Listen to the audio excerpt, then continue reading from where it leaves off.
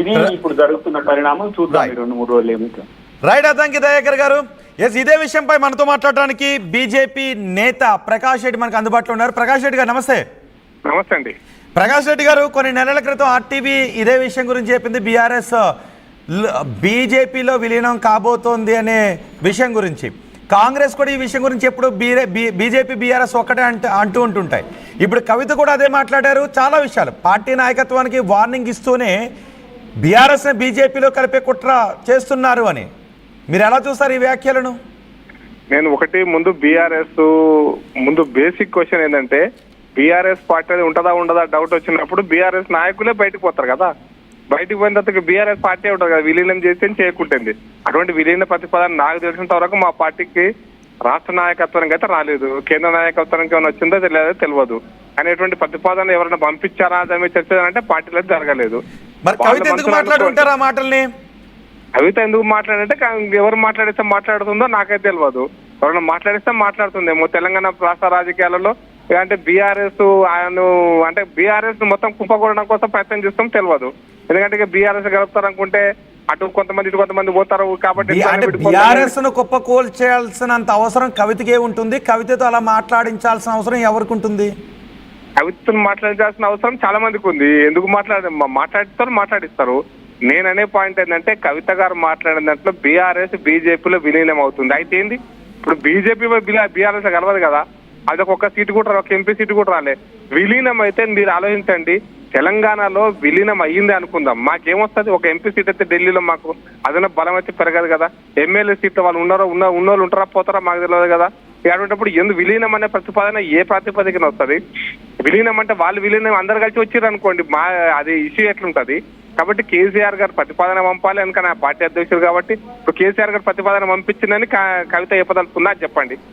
ఇప్పుడు దొంగ నాటక మొత్తం స్టోరీలో ఆలోచించాల్సిన పాయింట్ ఏంటంటే, అధ్యక్షులు ఎవరు? కేసీఆర్ గారే కదా. తెలంగాణ రాష్ట్ర బీఆర్ఎస్ అధ్యక్షులు, జాతీయ అధ్యక్షులు వారే కదా. ప్రతిపాదన వారు పంపించాలనా లేకపోతే కింద నుంచి ఎవరో మండల ప్రెసిడెంట్ జిల్లా ప్రెసిడెంట్ పంపించాలి ప్రతిపాదనలో విలీనం చేయాలనుకుంటే? ఇప్పుడు ముందుకు ఒకవేళ విలీన ప్రతిపాదన కేసీఆర్ చేసినని కవిత గారు చెప్పానండి, చెప్తారా? కవిత గారు చెప్పానంటే అది మా సంతోషం కదా. అంటే నేను ఏమంటున్నా అంటే దీని వెనక ఇది అర్థం చేసుకోవాల్సిన పాయింట్ ఇది.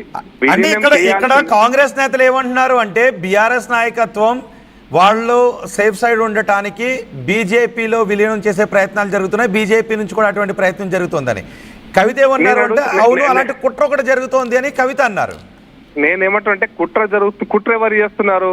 చేయాల్సింది కుట్ర చేస్తుంది కేసీఆర్ ఆ లెక్కన. మరిగా మీరు చెప్తున్న దేవుడే కుట్ర చేస్తున్నట్టు లెక్క. ఇక మరి మీరు ఎట్లా ఊహించుకొని మాట్లాడతారో మీరు చెప్పండి. కవిత గారే చెప్పాలి దానికి సమాధానం కూడా.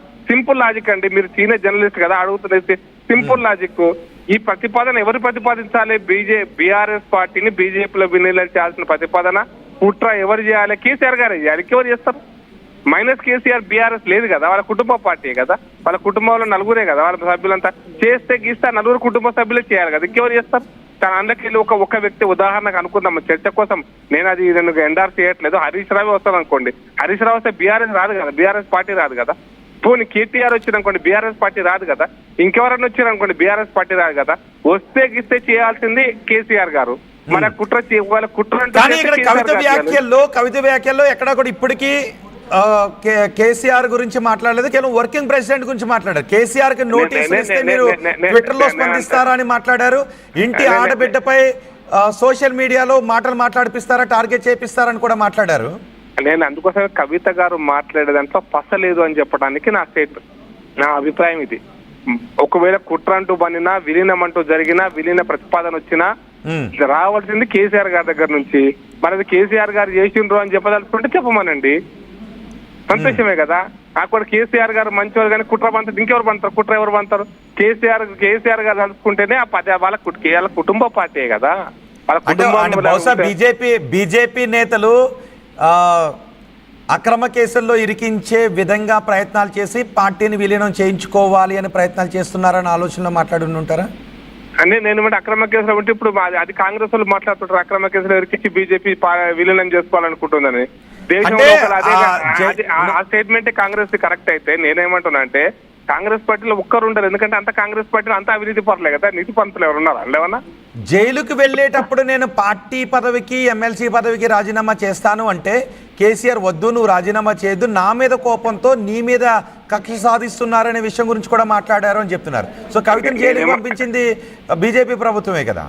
కాదు, అంటే బీజేపీ ప్రభుత్వం పంపించింది అంటే భారత న్యాయ వ్యవస్థను మీరు అవమానం చేసినట్టు. నేను మళ్ళీ చెప్తున్నా, జైలుకు ఇప్పుడు ఏజెన్సీలు ఎప్పుడు కూడా జైలుకు పంపవండి. ఏజెన్సీలు ఛార్జ్ షీట్ ఫైల్ చేస్తాయి, న్యాయస్థానం ముందు పెడతాయి. ఛార్జ్ షీట్ లో కానీ లేకపోతే వాళ్ళ ఎఫ్ఐఆర్ లో కానీ ప్రాథమిక ఆధారాలు ఉంటే జైలుకు పంపిస్తారు కోర్టు. న్యాయమూర్తి పంపిస్తాడు, అది మున్సిపల్ మెజిస్ట్రేటా, డిస్ట్రిక్ట్ మెజిస్ట్రేట్, డిస్ట్రిక్ట్ జడ్జి, అది మెటీరియల్. మరి న్యాయమూర్తులను కూడా ప్రశ్నిస్తున్నారా మీరు?